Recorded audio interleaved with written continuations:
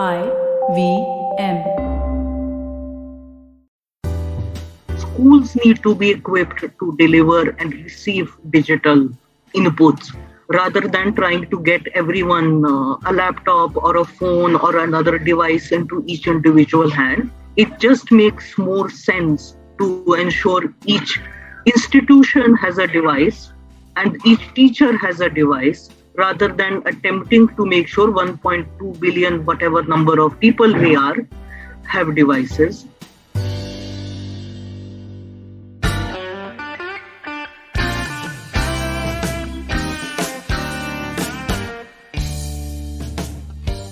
Hello and welcome to the Filter Koffee Podcast. The pandemic was hard on many of us, but it was the hardest on children, especially students. India arguably had the longest closure of schools in the world, probably longer than just Uganda. Why were we not able to find alternate ways to reopen schools like almost every other country in the world? Yes, these 2 years also gave rise to the explosive growth of the edtech industry in India. But did it help students in the long term? Was it a privilege that further increased the inequality among students in India? Were teachers ready for this, or for that matter, are they still? What can the government do to help create better policies around edtech, especially around data security? So many questions. I speak to the amazing Anjela Taneja, a lead specialist at Oxfam, and ask her all of these.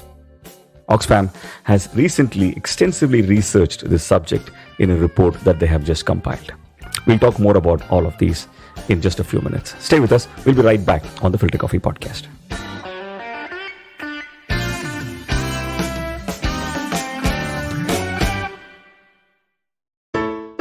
Hello. It's been another great week on the IVM Podcast Network. So let me first tell you about this. There's been 1,000 episodes of Cyrus Says. We sit down and talk to all of the people who put the show together. But yeah, come check it out. Check out our 1,000th episode. It's a great episode and I think you'll really enjoy it. On Paisa Vaisa, Anupam Gupta talked to Jitendra Gupta, founder and CEO of Jupiter. They discuss the development in the neo-banking sector. On Hanswani, K.C. Shankar explores the story of 4 working-class men battling to survive in this modern world. On Naan Curry, Sadaf and Archit settle the confusion. Is a tomato a fruit or a vegetable? And on Misconduct, Raghavi and Nisha talk about the Mexican folktale of La Llorona. Once again, everybody, remember we have amazing merchandise available. You can go to ivmpodcast.com/store or go to our website and you'll be able to see the link. Do check this out. Do buy some stuff. It really does help us out. Do remember, follow us on social media. We're IVM Podcast on Twitter, Facebook, Instagram, and LinkedIn. Also, if you're enjoying this show or any of our other shows for that matter, please do tell a friend. Remember, if you do tell a friend about a show and they listen to the show, you'll have somebody to talk to the show about. We'd really appreciate it also if you could give us a rating on whatever platform you're listening to us on. And finally, do remember we're also available on YouTube. A number of our shows are available as full video shows, but every show is available on YouTube. And finally, we'd like to thank our sponsors this week, both Lifestyle, Small Case, Capgemini, and Intel V Pro. Thank you so much for making this possible. Welcome to the Filter Koffee Podcast, Anjela. How are you doing? I'm fine. Where are you talking to us from? Delhi. Delhi, excellent. Is it peak summer yet there? It's a hot summer this time. Which summer is not in Delhi? Anjela, we're talking about Edtech and the privilege associated with it and what can be better, so on and so forth. But, before we get into the meat of the discussion, do you want to probably set context on, the kind of work that Oxfam is doing in this area and why it is important for us to discuss this? So we work on education and we work on health. In terms of education, and that's where most of my professional life has gone. All of us have seen the last 2 years of the pandemic, where education moved online, and irrespective of whether they are rich or poor, the expectation was children should be able to go through online classes or through distance education, which has been a particularly good experience for anyone. Therefore, on the back of the experience of online classes, we kind of thought it was time to take a harder look at the experiences, especially from an inequality lens, that children are having with educational technology, both in terms of the experience of online education, but also more broadly in terms of the experience of the companies that are delivering educational technology. It's an important point. And before we get into that, this is like you rightly mentioned, your entire body of work has been in this space, isn't it? Can you talk to us a little bit about your own journey, and especially as a board member on the RTE forum, the Right to Education Forum? Talk to us a little bit about your own journey. So I've always worked on education. Somehow along the way, was convinced that ultimately, when it comes to the life that one has is shaped by the experiences one has in childhood. And a significant part of childhood ultimately is spent in educational institutions. So therefore, in terms of shaping people's lives, probably the schooling system is among the most important institutions. Hence, the decision to spend the last 20 odd years in, probably more than that by now, in the education space. Therefore, when the Right to Education Act came in, it became essential to make sure that this historic legislation and the opportunity that it brings is not wasted. And we actually ensure that at least something changes for the better as a result of the introduction of the right to education. Hence, the need for civil society to come together to create a platform that cuts across organizations to fulfill the realization of the right to education. We've had, over the last decade, worked with organizations and civil society organizations, with teachers, with communities in roughly 20 states now. And of course, the pandemic has been one of the great tragedies for the education system in terms of people's lives lost, including key members of the forum itself. Again, in some ways, that takes us to the experience of the pandemic and how unequal and unfair and terrible it was, especially for the poor. You're talking about the legislation, the Right to Education legislation. So correct me if I'm wrong, it came into being in August 2009, right? Yeah. Somewhere around that. And tell us a little bit about the formation of the Right to Education Forum, right? How did it happen? What did you set out to do? What are if this was the answer, then what was the questions that was prevailing at that point? If there's a legislation, we have a track record of legislations and policies that come in which are not implemented. Therefore, the need of the hour was creating enough of collective pressure to ensure there is movement towards implementation. So therefore, attempting to bring together diverse voices that feel that this opportunity presented by what happens probably in 100 years. And in fact, we've been asking for a national right to education for 100 years. The demand for a right to education took India 100 years. Therefore, bringing together people to make sure that the legislation is implemented in its full spirit. Right. So it actually reaches the section of the society that is not privileged, which I'm assuming was the mandate for RTE, the RTE forum, that is. Yes. Yeah. Okay, great. That brings us to, we spoke a lot about the pandemic itself, and that brings us to what's happening in the space of edutech. You started by saying that the pandemic has been a great blow to education in this country overall. But it is also dispassionately, economically saying, it has also been the greatest growth for this entire sector that we now have come to call as Edtech, right? Whether it is in terms of valuations or whether it is in terms of users spending time, this sector has just grown. Of course, after things opened, there's been a bit of a slump. But why don't we start at the core of this issue, which is edutech a privilege, right? And is it actually adding to the inequality rather than bringing it down? What is your take on this? Because of multiple reasons. When it comes to, yes, companies have made profits, but when you look at the average costs of how much an edtech product costs in India, apparently that's around 20,000 rupees per year for a subscription. That's roughly 70% of the income of the bottom 20% of an Indian household, of the poorest 1/5 of Indian households. So therefore, single subscription, 75% of your household income, that's not going to fly. So therefore, it's by the sheer costs of it, the maths doesn't work. And in fact, if you look at some of the corporate documents, again, one finds that majority of the subscribers are up from the top quintile of the Indian income ladder. So therefore, it's the richest that are subscribed. And when it came to so therefore one is access, the other is the experience. And again, when it came to polls of satisfaction of parents with Edtech products, again, only 18% of poor and lower middle class users are happy. 31% of middle and higher income households are happy with the products. Why? Because probably it doesn't fit the language, the culture, the mode of living, etc.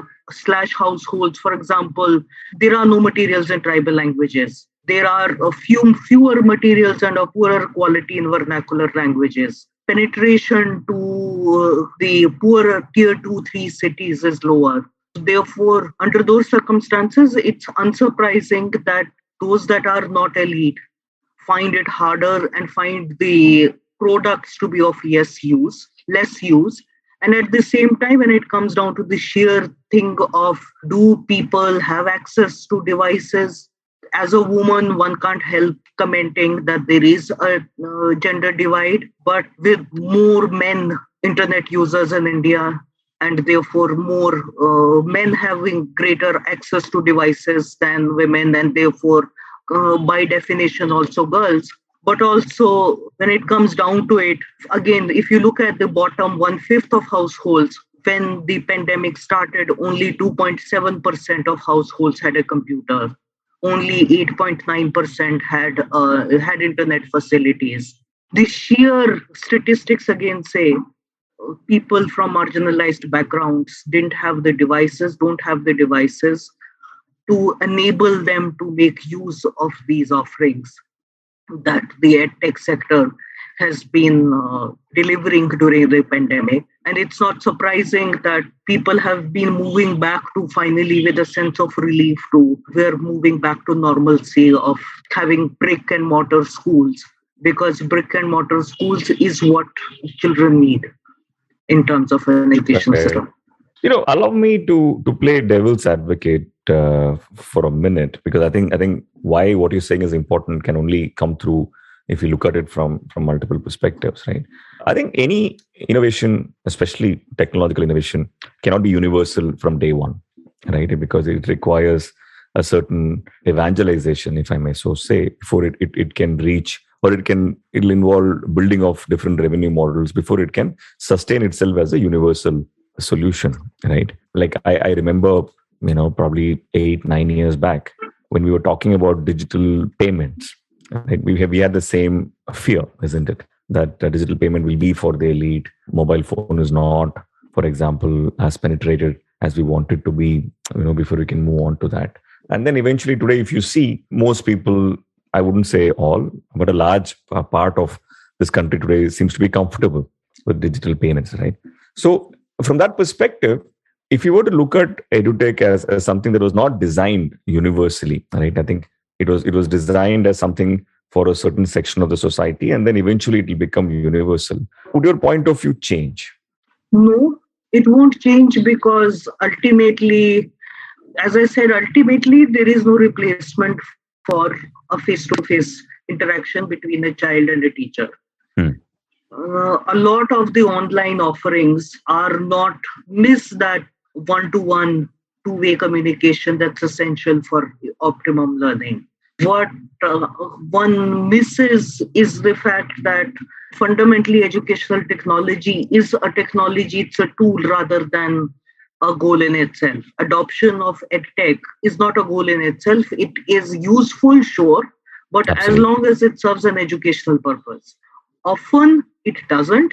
Before the pandemic started, there had been a fair amount of research which shows sheer availability of devices doesn't necessarily improve learning outcomes, doesn't improve the educational experience. Why? Because fundamentally, any medium has its limitations, and it is the quality of the learning experience which is important, which is often missing in an online space where it is someone is speaking or device has an algorithm in which you are effectively locked in. So therefore, if you have a question that's slightly different, you are stuck. At the same time, it also presupposes that there's a fair amount of self-guided learning that's possible.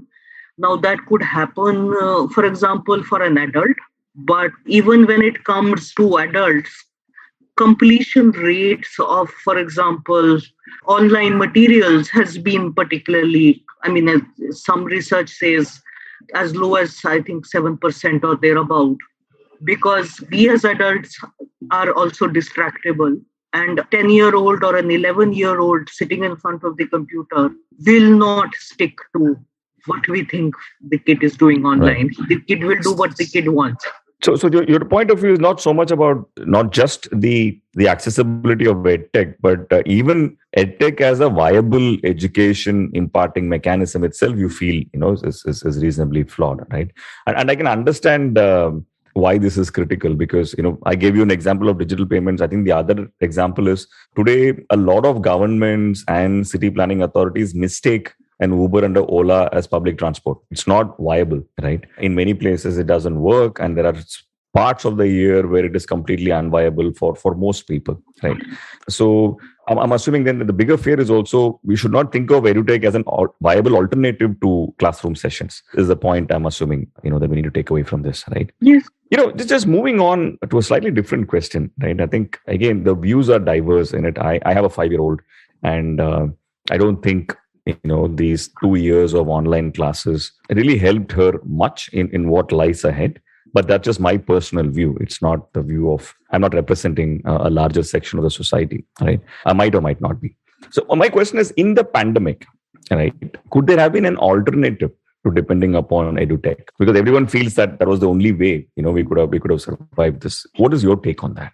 So you're not the only one who had a problem. So research shows almost 80. In our research as Oxfam India that we did, in the beginning of the pandemic, said 84% of teachers were having difficulties. 84% of teachers. And when schools reopened and this whole hybrid experience started, again, 60 to 70% teachers ended up, 60% of teachers ended up by saying, we can't handle that now, because it adds another layer of complexity. And similarly, parents across the board were also less than satisfied, to put it mildly, in our surveys as well. So why? Because is there an alternative? 3 things that I wanted to say. Let me just start with that doesn't necessarily answer your question in sequence. But since I've talked about teachers, fundamentally, if you're talking about the appropriate use of technology, and in some ways that links up to the experience of the pandemic, is there an alternative? Yes. We are the country that probably had the world's longest school lockdown. I said probably because UNESCO was tracking the duration of school lockdowns, and it stopped tracking it in January or so of this year, when India's schools were still closed because of Omicron. At that point, we had the second longest school lockdown, and late January, the other countries' schools reopened. I think it was Uganda. I may be wrong. I think it was Uganda.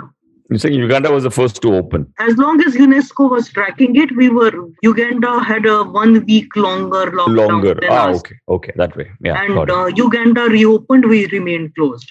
And UNESCO had by then stopped tracking. So your guess is as good as mine, but logic would dictate that we had the longest lockdown. Pretty much every country across the world figured out an alternative to closing schools except us. So therefore, I am sure India's pandemic was it's the same virus, it's the same human beings everywhere. Therefore, pretty much everyone else found alternatives other than us. What are those alternatives? Fundamentally, you need to open schools. If hotels can be opened, if restaurants can be opened, if bars can be opened, so can schools. Fundamentally, what is the priority that the government thinks those things need to be prioritized. Some countries, like for example, maybe smaller countries, maybe richer countries like Denmark, pretty much didn't close because as a nation, they thought keeping children's education uninterrupted was priority. Now, keeping schools open does not mean you continue with business as usual. It means that you actually sort out the problems. Let the municipality or the local corporation or the panchayat decide what is the status of the pandemic. Does the school need to be closed or not? If there is a spike now, close it by all means. Bring it back in like 10 days when things are better. Those cycles of opening and reopening could have been adopted. You need smaller group instruction.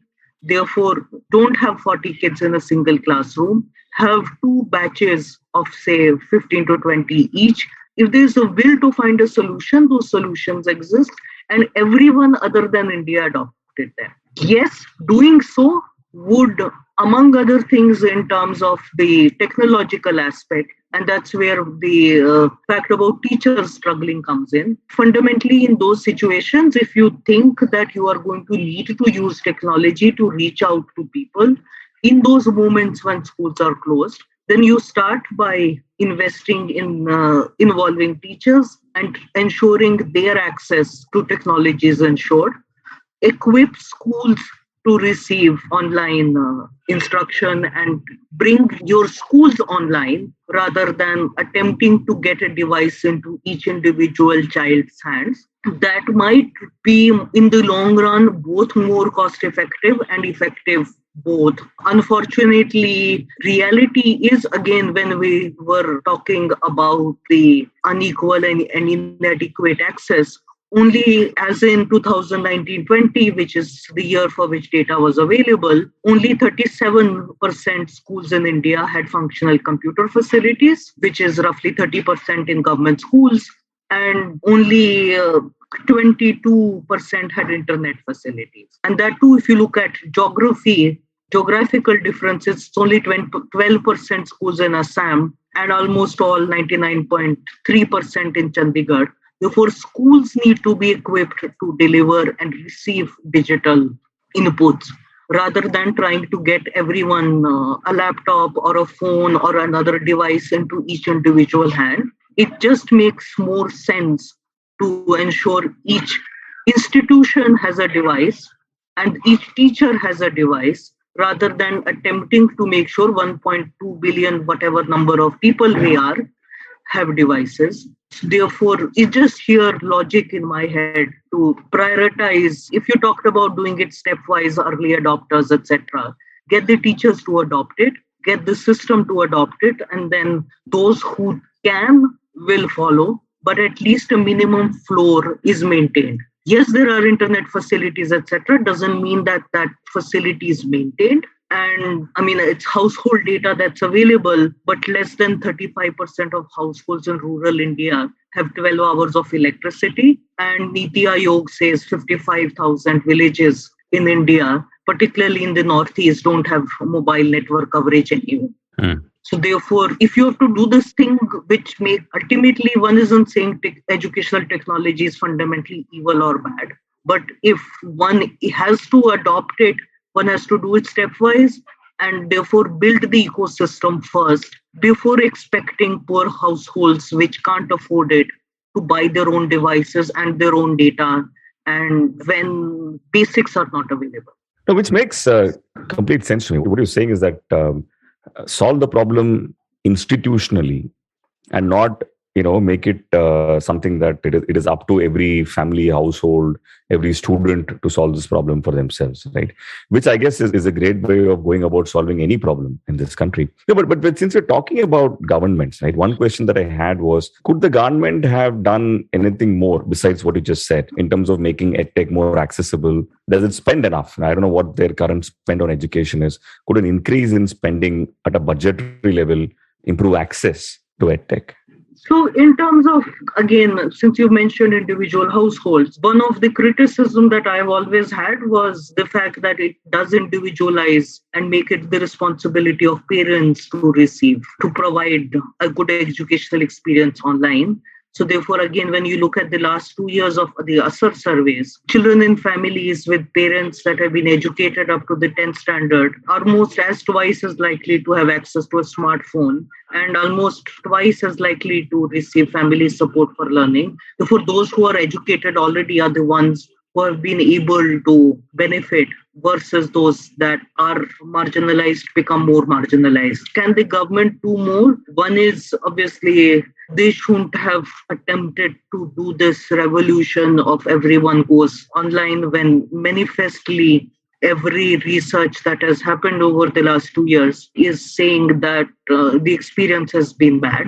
Manifestly, this is not how sustained learning improvement will happen. It never could and it never did. What could have done more is probably promoted no tech, low tech modes of education better than it did. Would more money help? Sure, everything would, more money, throw enough money at something, it will improve. I would prefer to ensure that we have one teacher in every classroom. In every, there are at least no single teacher schools in the country before we ensure that every school has a computer. In an ideal world, one who should not be making that choice, but that is the world in which we live. The other part of it is, given the reality of the move online, the government should have done more, and it's not a financing question, it's a political will question, dealt with some of the complaints that parents have been having around Edtech companies. And that in some ways takes us to the question of the weak consumer protection that's available for subscribers. Again, if you look at data, there is a fair amount of money that is up for grabs, as you pointed out in the beginning. Therefore, stakes are high. And therefore, in fact, some of the calculation of the consumer acquisition cost of the company says that it takes between 10,000 to 60,000 per student in acquisition cost. And since we're talking about the budget, that's the average cost that the government spends on the education of its child. 10,000 is what the government of Bihar spends per child, and 60,000 per child is what Himachal Pradesh spends, the better state.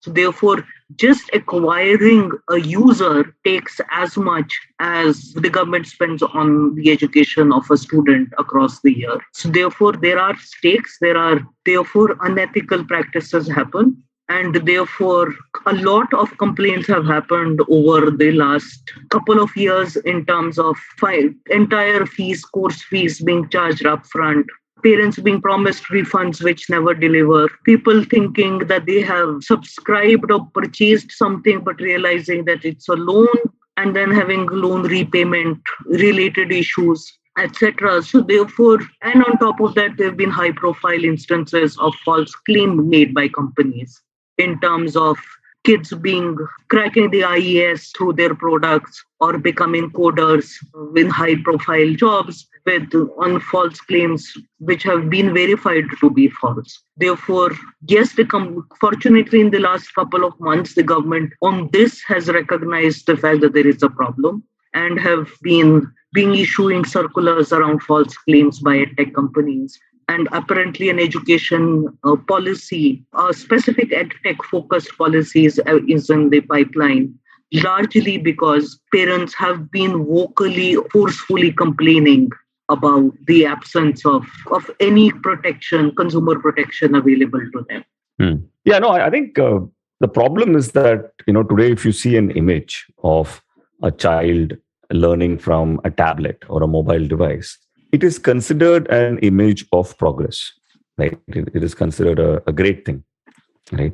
And we've almost created a situation where we have probably internalized it among ourselves. That is the path to go towards, right? Which fundamentally, if one were to listen to what you're saying, is not right. That doesn't always mean there is development, right? And that's not definitely the direction in which education is going.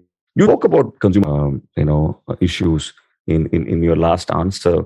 What are some of the things that you're hearing, right, when it comes to, again, it is related to consumer issues, but again, things like the use of data, right? What are these companies doing to protect data of children? What is the government doing to ensure that this data is protected? What are some of the other challenges in this besides just screen time and the lack of impact of it? It's great to have a device. The shining bright tablet does attract children, but fundamentally it's the quality of the software, it's the quality of the product that matters, and more in the long term than the fact that the device is itself attractive. It will keep your attention for a while, but ultimately the child will get bored, and if not bored, at least will not get value for money. And there's a lot of money, as we just discussed, that's involved. Unless there's some process of regulating the quality of the product, and we don't have a mechanism of approving, or at least vetting, or at least pegging it to something that is along the lines of the national approved curriculum, etc. And of course, therefore, that's one part going from connecting the dot of the previous question to the next one. If you're talking about data privacy and child protection, this is another huge issue. We had between 2016 and 18, India was the second most cyber attacks affected country in the world. Again, if you look at between 18 and 21, the number of cyber crimes increased almost 600 times over a 3-year period. Therefore, we do have an issue with cybersecurity as a country. That's a challenge for adults, so much more so for children who are fundamentally children. There are accompanying issues like cyberbullying. Again, recent survey shows 37% of parents reported that they have been experiencing cyberbullying. There was almost 100% surge in child pornography during the course of the first lockdown. Therefore, there are real issues with keeping children safe online. Related to it is keeping children's data safe online, right? Which seems keeping kids is more important. Kids safe is more important. But there is also a challenge with respect to keeping children's data safe. Again, a lot of the Edtech or any technology sector fundamentally thrives on selling user data. We may or may not like it, but fundamentally that's the model. Therefore, if you don't have protections, selling user data involves also selling children's data as long as children are part of the user data. There have been several breaches of data, which, for example, in 2020, UN Academy's database accidentally or otherwise, ultimately it was sold on the dark web with 20 million user accounts being available. Online school management platform of one of the school management platforms data ended up by exposing the data of 50,000 students and their parents, including stuff like passport copies to people online. In 2020, again, White Hat Junior's personal data of 2.8 lakh students was inadvertently left exposed. So therefore, there are issues, fundamental issues with the question of privacy and confidentiality of data. Yes, the government is trying to build in a personal data protection bill, which should have some provisions with respect to it.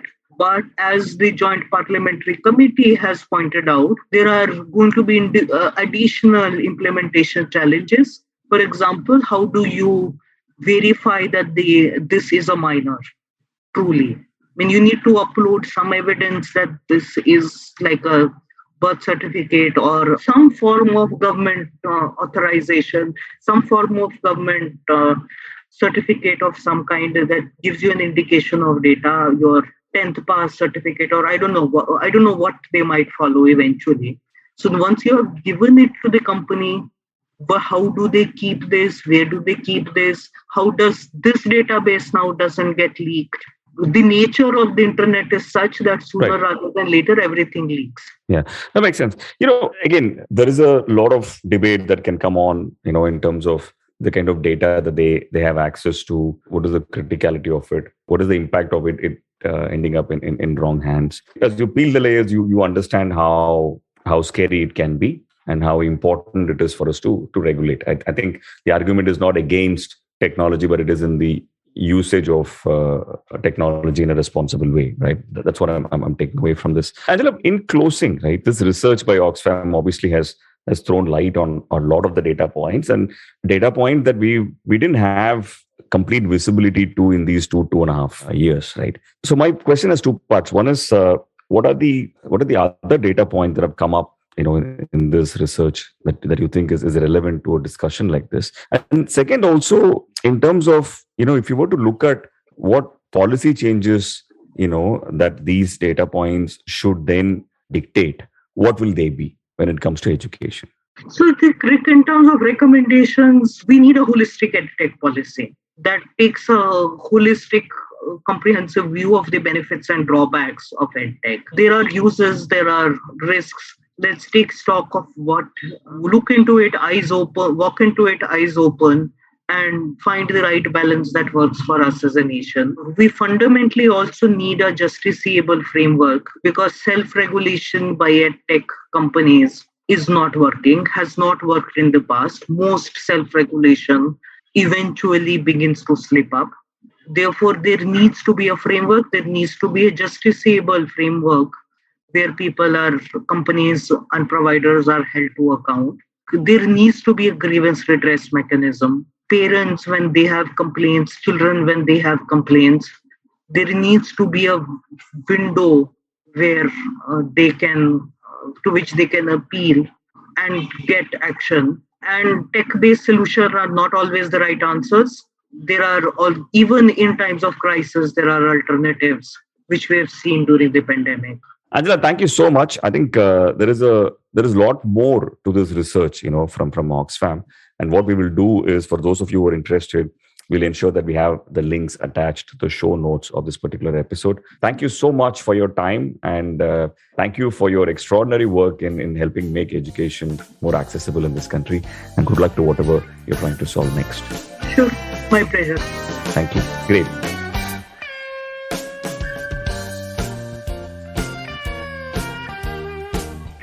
If you like this podcast, don't forget to check out other interesting podcasts on the IVM network. You can listen to us on the IVM Podcast app or ivmpodcasts.com. You can also follow us on our social media. We are at IVM Podcasts on Twitter and Instagram. And if you want to reach out to me, I am _Karthik. That's Karthik with an H on Twitter. And Filter_Koffee. That's coffee with a K on Instagram.